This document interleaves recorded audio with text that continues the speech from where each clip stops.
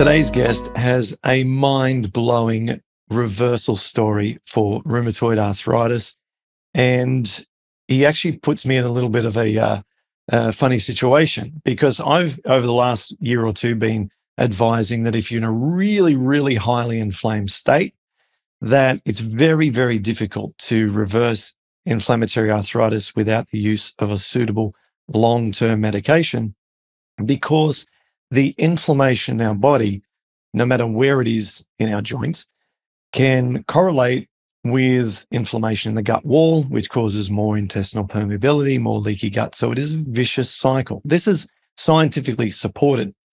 So it's extremely hard to go from a really, really, really high C-reactive protein and then be able to only use natural strategies to get your symptoms under control. However, today's guest has absolutely done that. And it's going to be awesome to hear about all of the details of how. So I'd like to welcome you, Roger, to today's interview. How are you going? Hi, Clint. I'm good. How are you? I'm fabulous and excited to hear all about your journey here.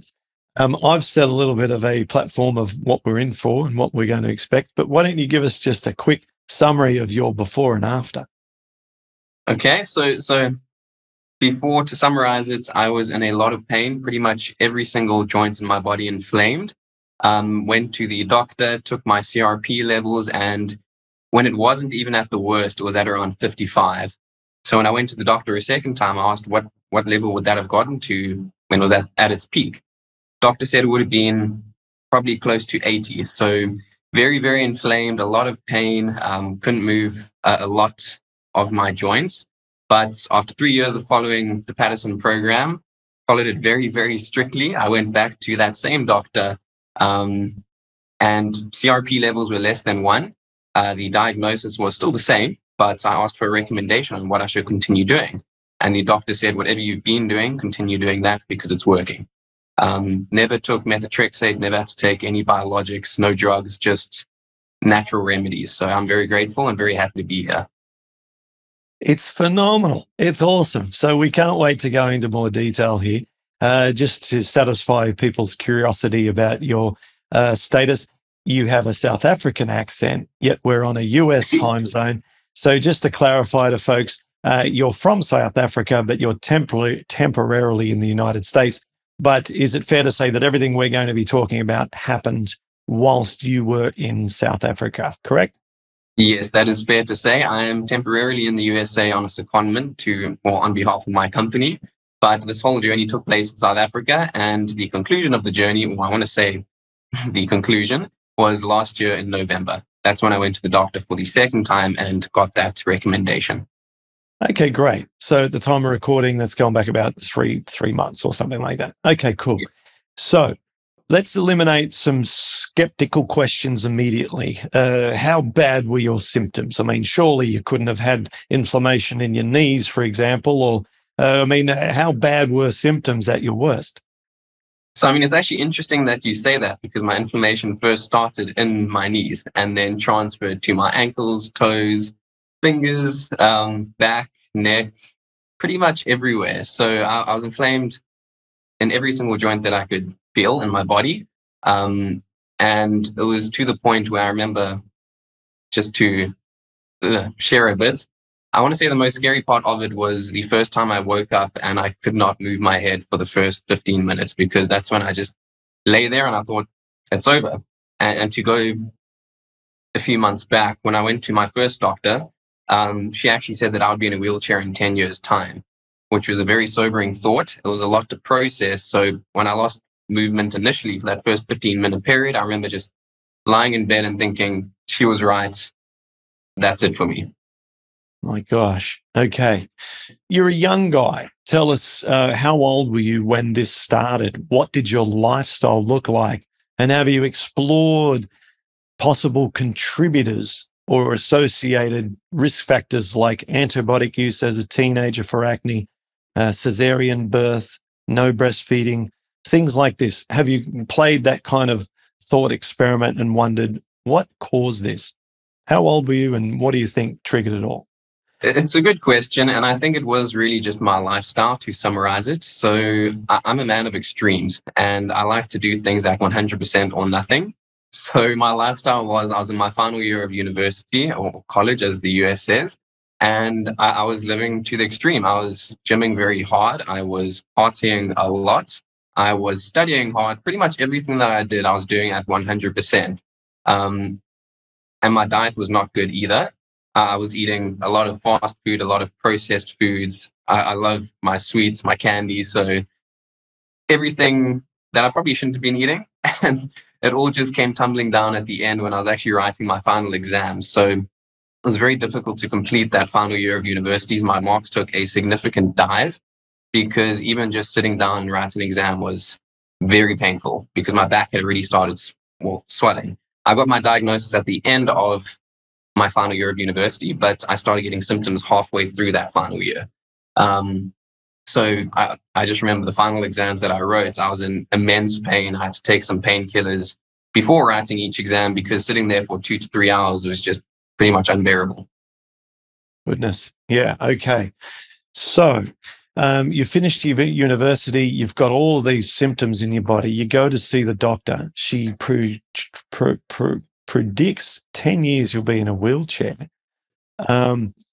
What did you try before you started the Patterson program? So my family's never really been one to, I want to say, go the pharmaceutical routes or the drug routes unless we absolutely have to. So we tried all the natural remedies. And that's why it's so interesting having gone through your program, because we tried natural remedies and they didn't work until we used a structured approach that was intended to clean the gut. So I was having wheatgrass, barley pills every day. I tried veganism as well, but again, it wasn't a structured approach that I needed. I tried a whole bunch of different things around diets, around exercise, tried cardio, but it was just getting worse and worse. And then my mom actually went online because that was the last resort. We were going to go the methotrexate route. And I wanted to. I'd resigned to the fact that I needed to take these drugs. And my mom said, wait, there's still one more thing that we can try. She found this Patterson program. And there's a lot of people that are saying that it works. And, I said, there's nothing to lose. Let's just go for it. So followed it to the T. I was absolutely strict. I stopped sounds bad to say drinking. I stopped partying with my friends. I stopped drinking coffee. I adopted your diet to the T, and I changed my exercise regimen just to be more based around cardio. And fast forward a year and a half, pretty much all of my symptoms were gone, reversed. It's extraordinary. So other people listening to this say, well, when you say you followed it to the T, a lot of people know what that means. A lot of people still haven't started the program yet.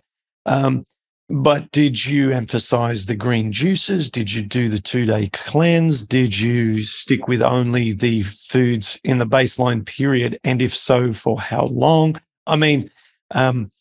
Just before we hit record, you mentioned that you were using a lot of intermittent fasting as well, or maybe that came later. So just talk us through more detail here. So I started with the 2-week detox, and I actually lost 13 kilos during that initial 2-week period because I really only had celery and cucumber juice. So that was also tough to go through because, even my clothes didn't fit me anymore. And you went really hardcore cleansing because very hardcore cleansing. Right. Okay. So for folks who aren't familiar, there's only a 2-day official cleanse, but you took it to another level, right?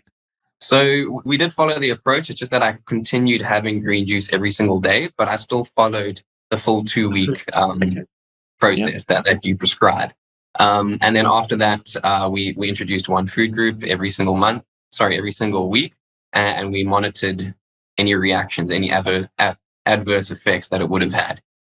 It was quite a long time ago, so my memory is a little bit fuzzy, but I know that I lost a lot of weight. I was pretty much just bones, and I didn't see much of an improvement for the first 3.5 weeks. But when it hit the 1-month mark, I saw significant improvement.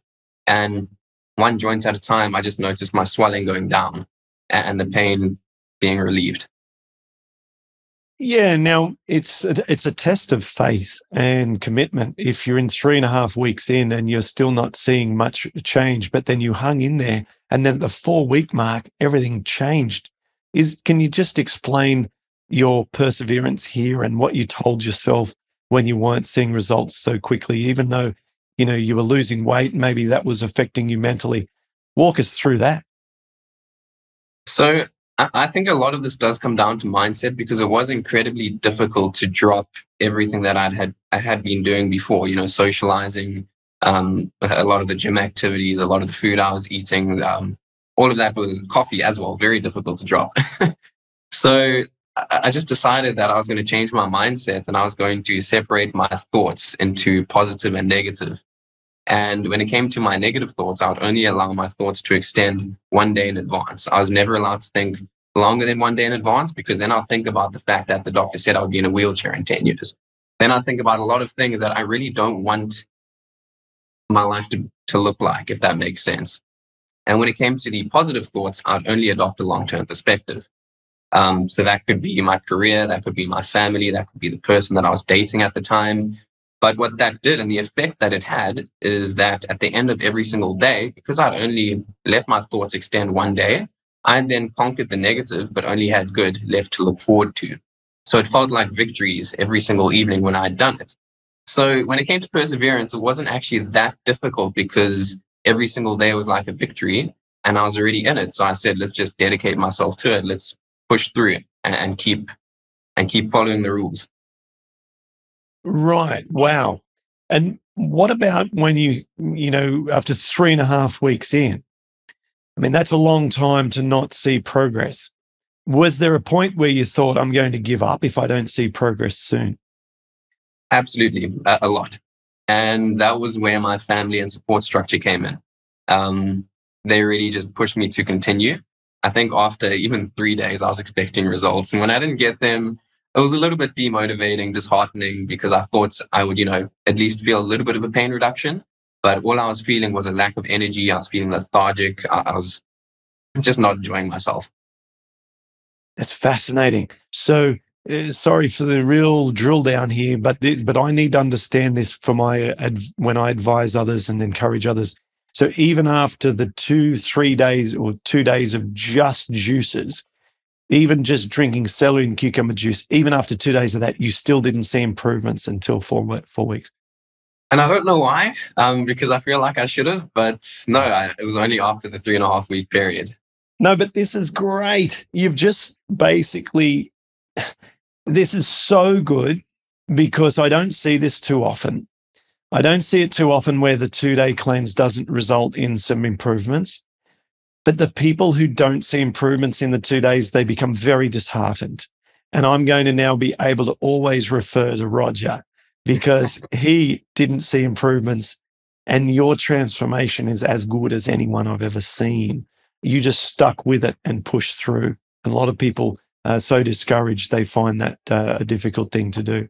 Okay, so you mentioned that you were reducing inflammation in each joint one at a time. You saw it go down. How long did it take to see the symptoms completely go? About 3 years, I would say. So gradual decrease, gradual improvement. The most drastic improvement was within the first 3 months. And then after it was just a slow improvement up until 1.5 years. And then I didn't see much of improvement at all. And then fast forward 1 year later, then it felt like I was back to normal because I could run again. That was actually my real test. I said, when I can run again, it means that I've done a good job. And I used to like running quite a lot, did athletics back in high school. So it was quite a big deal for the first time to be able to run again. Oh, absolutely.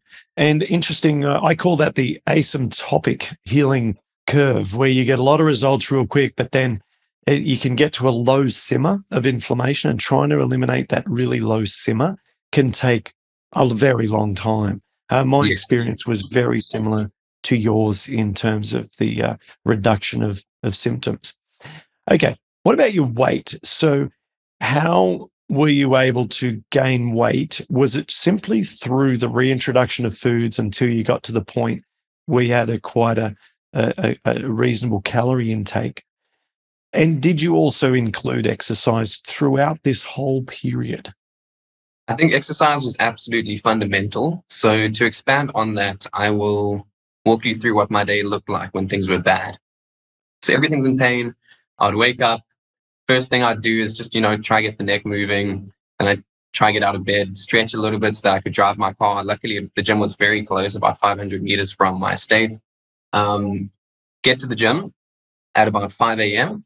every single day before the work day started, because I have to be at work at about 7 a.m., 7:30 a.m.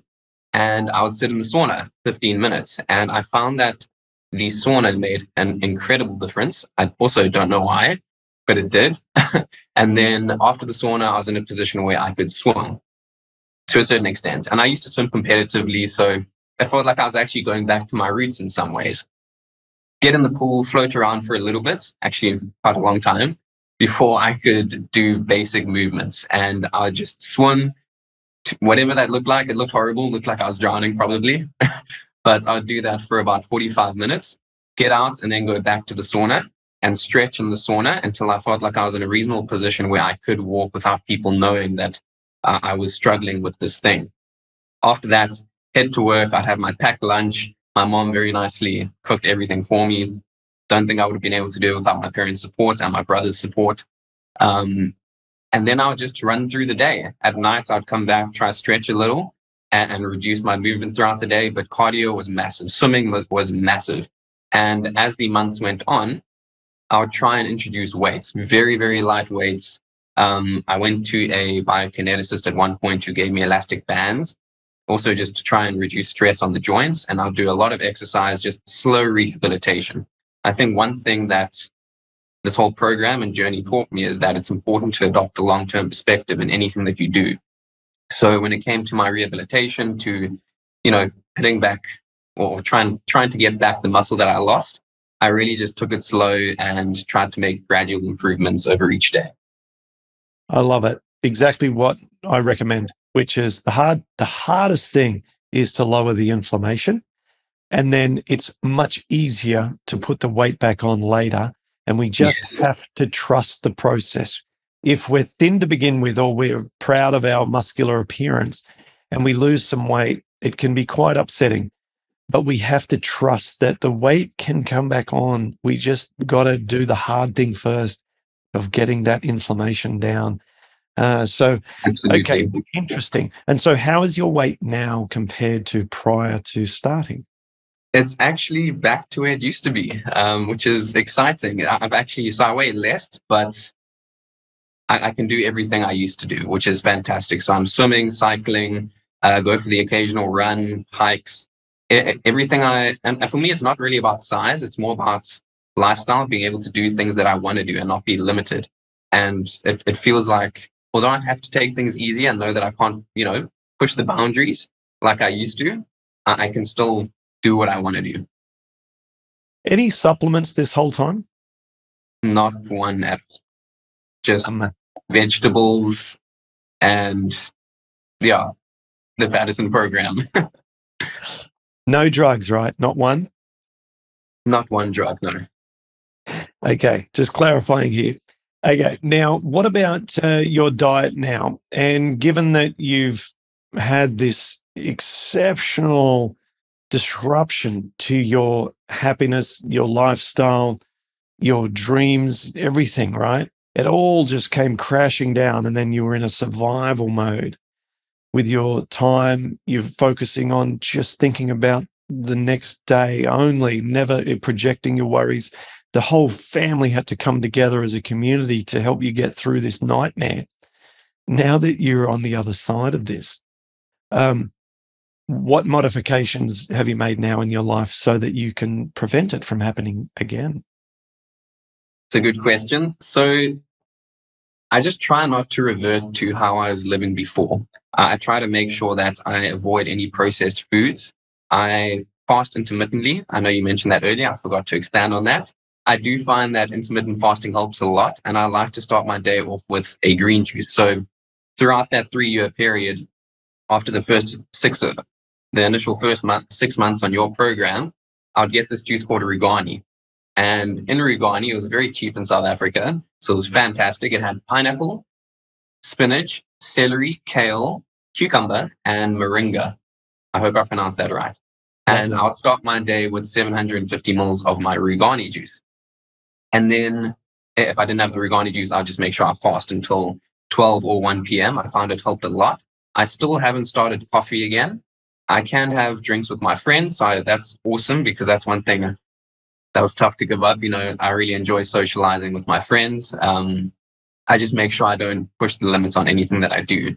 In terms of diets, I can eat meat again. I do limit it, so I make sure I don't eat nearly as much as I used to. And I try and make sure that I include vegetables in every single meal that I have. Leafy greens, do you keep a lot of emphasis on? Yes, absolutely. Yeah. Wherever I can. And if I do ever struggle with my inflammation, because it does come back, and it has come back about 2 or 3 times throughout this period, where my neck has been really bad, or my knees have been really bad, what I will do is your 3-day remedy. And if I follow that remedy, then after 3 days, I'm usually right back where I was, and I'm good. Yeah. We call that a reset. So you do a reset again, and then you're back on track. I do the reset, and then I'm back on track, and I'm very grateful for that. Yes. Isn't it reassuring to know that you can do that should some trouble arise? It's very, very comforting because the feeling of hopelessness when you don't have anything to do, when you've got a flare, as people call it, or a reaction, it's very upsetting. So, okay, awesome. Now, so the picture I'm getting now is you're very physically active.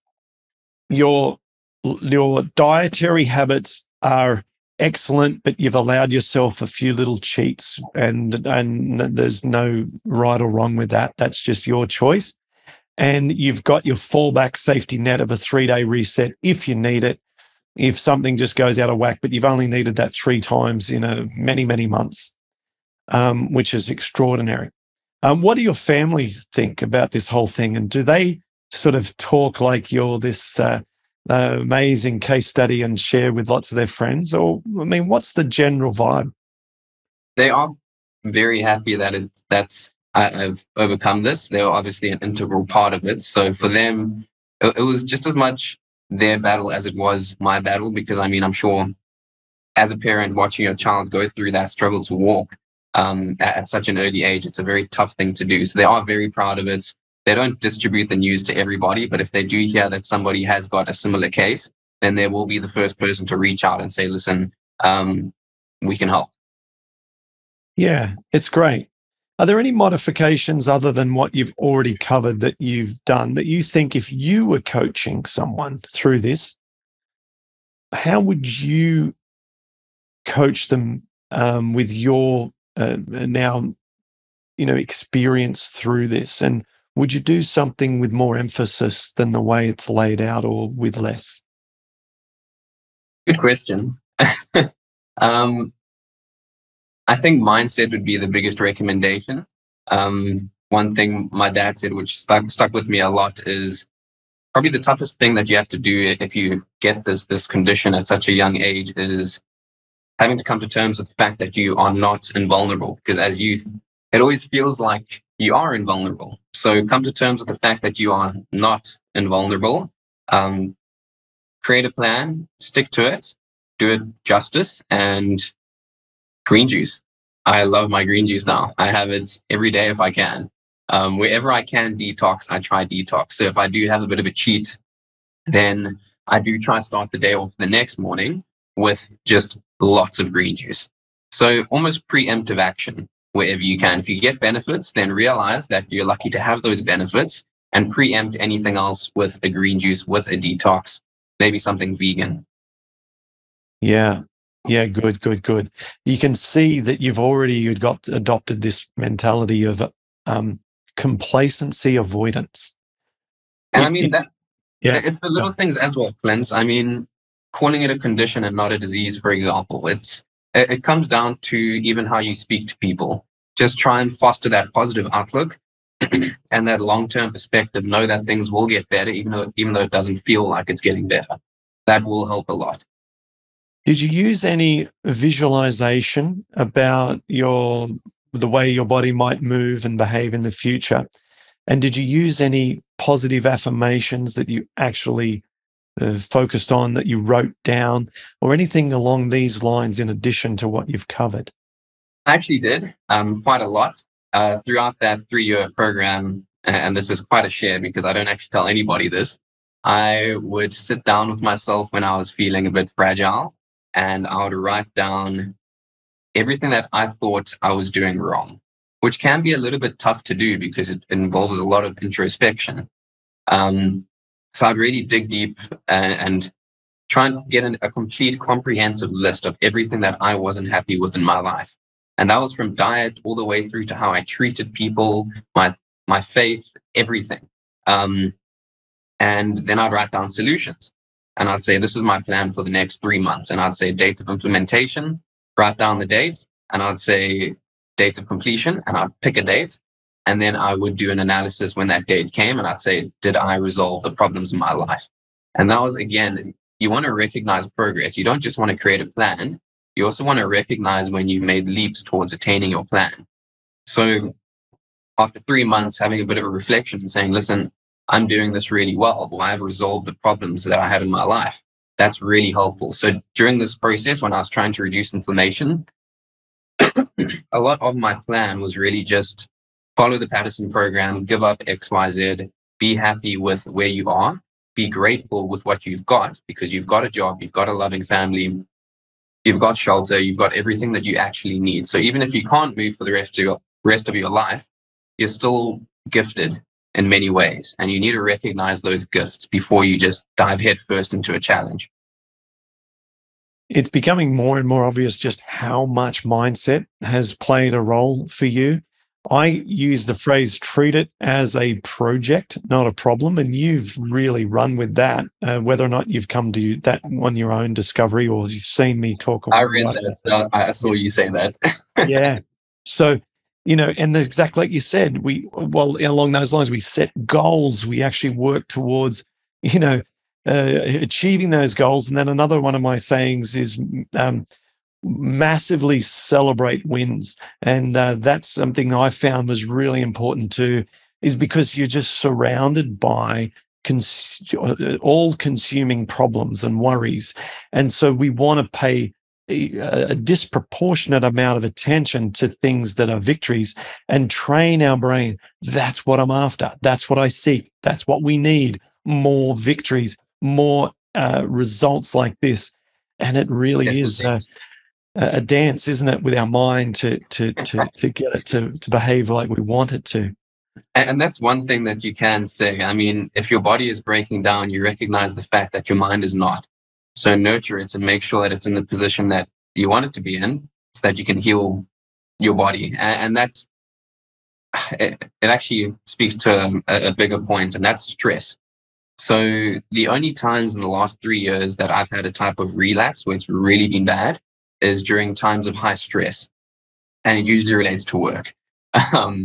So learning how to control that stress, preempt it, know when you are feeling it, and then just taking a deep breath, sitting back, going outside, reducing your stress, turning it from dysfunctional to functional stress also helps a lot. Yeah, that's good. Yeah. Interesting. So you have to take it seriously, the stress, and like a lot of people would feel stress and they wouldn't actually say, you know what, I feel it coming on. I'm going to actually now go for a walk. I'm going to calm this situation down. But that kind of physical, time-consuming intervention you found is appropriate so that you don't have any of the much more problematic consequences of having a lot of stress. I like that. And I've also got to tell Clint, so I also don't know why, but whenever something's coming on, whenever it feels like I'm, retracting, my left middle finger starts first over here and it starts widening. And then when I see a little lump here, I'm like, oh, that's not good. Let me go on a detox here. I don't know why, but it's always the left middle finger that starts. Well, maybe that one just took a little damage when you were a child or something and it was a little bit more vulnerable. My rheumatologist, I think in our first or second meeting, one of the oldest times that I actually met with him, said that the inflammation always goes to the most vulnerable location. And if that's a Yeah. damaged joint, or one that's just a little bit moved less than the others, or whatever it might be. And I noticed that for myself a lot too. So that's going to be your most useful red alarm system that goes off for you. It helps It's, a lot. yeah, exactly. Well, this is awesome. And as I said right at the start of this interview, you've created a wonderfully welcome problem, which is people are going to say, yeah, but Roger didn't have to go on medication and he did it without. So I therefore want to highlight a few things that you've done that aren't easy. That if people want to spend a few months trying to see if they can avoid meds and they're really inflamed and they just absolutely want to give it a go, keep in mind that you were extremely compliant, that you were in the first few weeks clearly in an under caloric intake state, right? So if you've lost a lot of weight in a few weeks, then there is an inadequate calorie intake in that environment. So that also contributes tremendously to inflammation reduction and is obviously helpful. And you've taken lots of green juices. But what I'm saying is, it wasn't easy. This was extremely, very, very difficult in those early stages. And you've done this in an extreme way. You've had that family support around you. You have access to a local pool, a sauna. You've got swimming experience, which lends itself to getting into the pool and feeling confident in doing that, even if it's cold or whatever. And you've also got youth on your side, determination, education, a lot of things that were helping you put together a mindset plan of success. So this isn't, you haven't just accidentally succeeded. This is an absolute comprehensive, like, rocket launch attempt at this. And if people are really inflamed and they want to try and do this without medications to try and emulate your results, you have to emulate the effort to emulate those kind of results. And that effort was phenomenal. How does it feel to look back and have this chat and think, I did this? How do you feel in terms of self-esteem and so forth and on this? I mean, in a way, it mitigates any other achievement that I've ever had, if that makes sense, because it was by far the toughest thing I've ever gone through. I've got a big smile now because, the worst is over, but it was by far the toughest, most taxing year and a half I've had. Very, very difficult. But now I just feel proud. I feel grateful.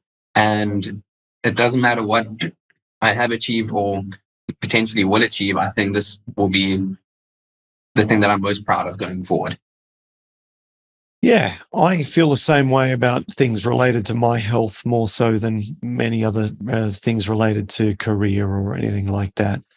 I think because it's a complete whole mind, body, social, every kind of all in. It's like you've taken every aspect of your life as a set of cards and you've said, I'm all in. I'm all in with everything in life to try and make this work. And that's terrifying. It was absolutely very, very, very terrifying, but well worth it. Yeah. I think it was Anthony Robbins who said something along the lines of, when you've overcome something of enormous scale, that everything thereafter can feel more easier and a little bit more effortless and put into perspective. And I think that's what is so beneficial, is that when something arises now with work or something comes up with, some social little dilemma, you think, I can get through that. Look what I've done. Look at the scale of what I've accomplished. And having that reference point and anchor into your own self awesomeness carries you forever. And I can't emphasize that enough, Clint. I mean, it actually put me in a very good stead, even with my career, which I thought would take a significant knock. I mean, my fingers were even swollen. It was sore tight. If it carried on, would I have been able to continue? But even with my career now, whatever hours they tell me to work, whatever job they give me, I'm like, it's fine. I can do it. Yeah. So Amazing. self-confidence, although you would think that going through something like this would lower your self-confidence significantly, and it did, especially when I lost all of my weight, um, getting through it just raised it to a much higher level. Yeah. Awesome. Is there anything else you wanted to add before we wrap up? Really, just an urge to everybody to just be strict, give it a go, and give it everything you've got, because if it works, you'll be grateful for years to come. Yeah, wonderful. Okay, well, thank you so much for sharing. It's been absolutely fascinating listening to your journey, and also very full of reflection for myself as to some of the things you went through, and how I had many parallels. If you've enjoyed this episode with Roger, please give us a 5-star review on iTunes. Go onto YouTube, subscribe to our YouTube channel, Rheumatoid Solutions, and share this podcast, inspire other people, help our community, help more people, because inflammation and rheumatoid, when it's uncontrolled, is a nightmare. And we have so many things that we can do to bring inflammation down. And by sharing, like Roger has today, what he's done, and being so transparent, helps us all to have better lives and to reduce symptoms. So thank you so much, Roger. I know that at first there was some hesitation about sharing. I want to say thank you for stepping outside of your comfort zone and sharing. If there's other people listening who have a story who would like to share about some improvements that you've made, I'd love to welcome you onto our show, because the more we share success stories, the more we focus on success, the more we believe, and we can have better lives. So thanks so much, Roger. I'm very grateful. And thank you, Clint. I am very grateful for your program because, yeah, that's what I have to say. Thank you.